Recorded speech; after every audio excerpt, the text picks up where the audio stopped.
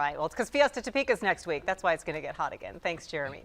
We are looking ahead to the Kansas August primaries by introducing you to the candidates here at 4. The state's 2nd congressional district is an open seat, with Jake LaTurner not seeking re-election. 5 Republicans and 2 Democrats want to take his place. We have already heard from Republicans Chad Young, Michael Ogle, and Jeff Kars. A 4th Republican candidate, Derek Schmidt, is with us today. Welcome to you. Good to have you here. Thank you. It's great to be back, Melissa. And you're back because you were here quite a bit when you served as Kansas Attorney General. What was your record there, and why make this jump for Congress? Yeah, we so much enjoyed the opportunity to serve Kansas for those 12 years as AG. It's sort of hard to believe it went by so fast. I've been out of office now for about a year and a half, and have just been enjoying the blessings of liberty, practicing a little law and doing a little bit of farming, hobby farming on the side. But when Congressman LaTurner decided he wasn't going to run, we took a hard look. I mean, this is my home. We love this place. I think you know, America is a wonderful country. We do have some serious challenges, and we need serious minds that are willing to engage and try to solve problems. And I think we still have something to give, so we're in, and what a great system that we can be a candidate and voters decide. All of the Republican candidates have been talking about how conservative they are, and the 3 who were here before you with their interviews, same thing, very conservative. Many aligning themselves with former President Donald Trump, who is trying to get back to the White House. Where do you fall in line with those policies, and how much do you align yourself with Donald Trump? Yeah, well, I've always said I'm a conservative Kansan. That's my view, it's my worldview, it's my outlook. I've never shied away from that. I think it's important to listen to all points of view, but at the end of the day, you have to be firm to your principles, and that I am. You know, in terms of President Trump, look, he's going to be, I believe, the next president. I realize people have a different point of view on that, but I think it's, at this point, it's a bipolar choice, if you will. I mean, you're either going to choose Trump or you're going to choose President Biden.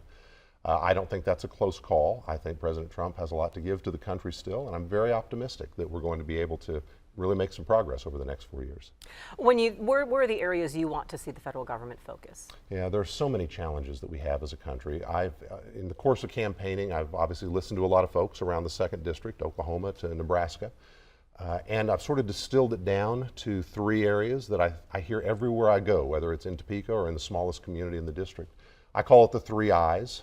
It is illegal immigration, what's happening on our southern border that has to be secured. It doesn't have to be this way.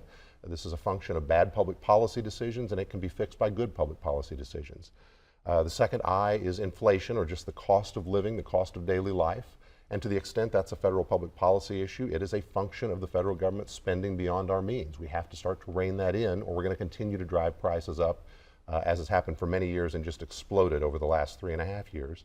And the 3rd is the intrusion of big government into our lives. Everywhere I go, people talk about whatever their interest is, or they're part of the world.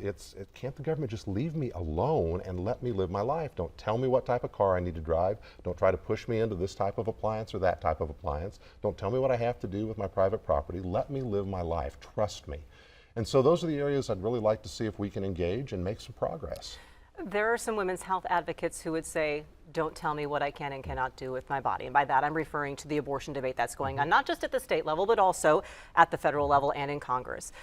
We just had a Kansas Supreme Court ruling come out. There's been some talk from your opponents that some of these challenges to Kansas abortion laws started under your tenure as Attorney General. What can the federal government do? How do you defend your record on what's happened with, even at the state level, on abortion policy? Well, I'm pro-life. I've always been open about that. I've always been a pro-life candidate, and I continue to be. As Attorney General, we defended the laws of the state of Kansas against challenges. We won some of those, we lost some of those. Obviously, ultimately, those decisions were made by the courts, not by the Attorney General, but we did our job in defending the law as the legislature had written it. My view is that going forward, we should try to find areas that we can make progress. For those of us who believe in life and believe that every life is sacred, including the unborn, it's important to figure out how we can advance the ball, if you will, how we can support women, for example, support mothers, prenatal care, obviously anything in terms of trying to protect both mothers and their children, I think makes a lot of sense.